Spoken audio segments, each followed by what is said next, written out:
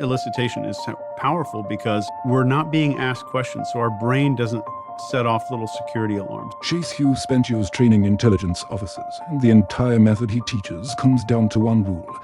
Never ask a question. Here's what that actually looks like in practice. What is elicitation? It's a CIA technique, right? It is. It was originally came up with by this guy named John Nolan, and his book is no longer for sale. You have to get it on eBay. Like, it's hard to find. But the book is called Confidential. Why isn't it no longer for sale? I think that he just kind of pulled it off the shelf. I'm not sure. Okay. So elicitation is about using statements instead of questions. Here's where it gets practical. Chase sets Steven an actual challenge. Walk up to a total stranger and find out how much they earn, without asking a single question. Let's say you and I walk into Whole Foods, we're in New York, so it's probably a block away somewhere. We walk in there, and let's say there's a young lady stocking produce. And you get in there and I say, all right, Steven, your goal is to go figure out how much she makes in 60 seconds, and you're not allowed to ask any questions or be awkward. And that's tough, right? It sounds really tough. So if you went over to her, and this is a generalization just to get you to understand what elicitation is, and said, hey, I'm trying to find the baby carrots. And she walks you over there, but while you're walking, you say, I just read this article online that says all Whole Foods employees just got bumped up to $26 an hour. That's fantastic. And she turns around and goes, what? No, I make 17. So now she doesn't feel like she's been pressed or questioned about how much she makes. She's correcting you. Mm-hmm. Or let's say you got into an Uber tonight and you said, I just read this article that Uber drivers were one of the top most highly satisfied employees in the country. You're going to get a correction. And you're going to be like, what? Where did you read that?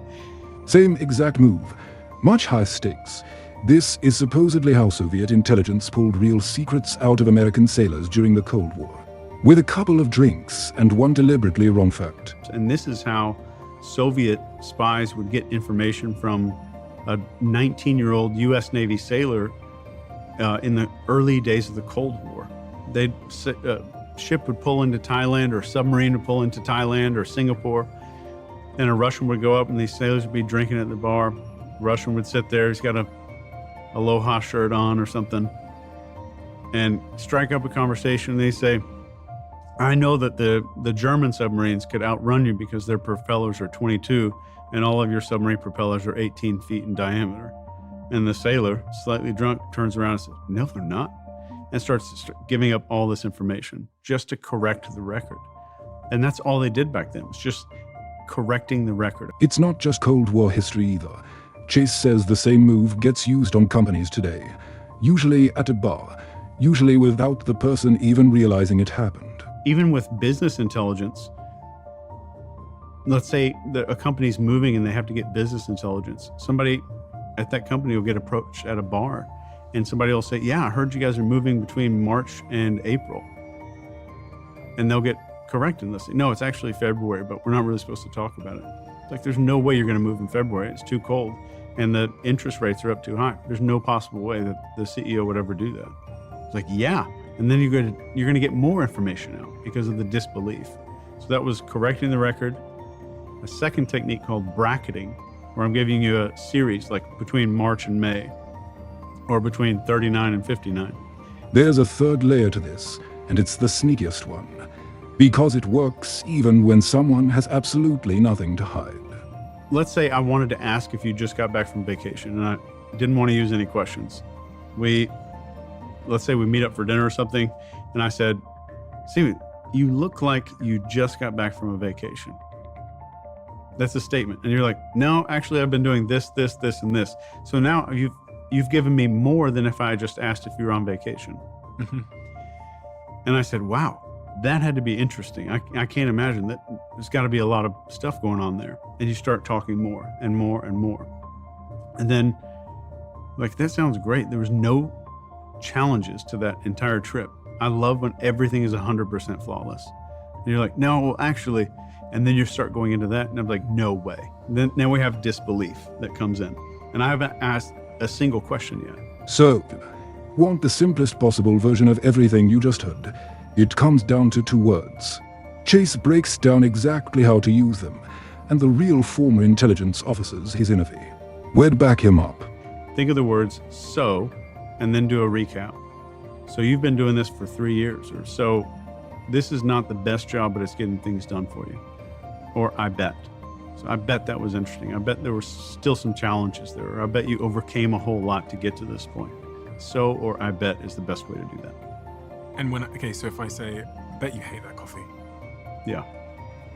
that's a statement, but you're gonna endeavor to correct the record either way. Yeah. And if you do hate the coffee, you'll say, yeah, like even you saying, yes, I do kind of hate it is offering up information. Yeah. Okay, interesting. And you could even go on with that. Be like, I bet you hate that coffee. And somebody says, yeah, well, I do kind of hate it. Like, I can imagine you're the kind of person who likes coffee a very specific way. Well, yeah, here's how I like it a lot. You'd say, that's extremely interesting. No creamer, no sugar. And I'm just recapping. So why is that better than me just going, how do you prefer your coffee? Well, if we're just talking about coffee, it's not sensitive information. So I wouldn't say that was better. It's for sensitive information. Yeah. When you're trying to not get their guard up. Yeah. So the rule of thumb is the more sensitive the information is that you need, the less questions you need to be asking. And is that what, does correlate to kind of like how the information that the spies I've interviewed have given me, like Andrew Bustamante and Mike Baker, they both said that much of the game was like hearing someone out and just letting them talk and talk and talk and talk. Yeah. But not being too pushy. Yeah. And that's the best way to not be pushy is to use the elicitation stuff. Notice the pattern underneath all of it. Nobody in any of these stories was ever actually asked anything. A grocery store clerk, a drunk sailor, a nervous executive at a bar, every one of them just felt like they were correcting a mistake. Which might be the real takeaway here. The fastest way to get someone to tell you the truth is to confidently tell them the wrong thing first.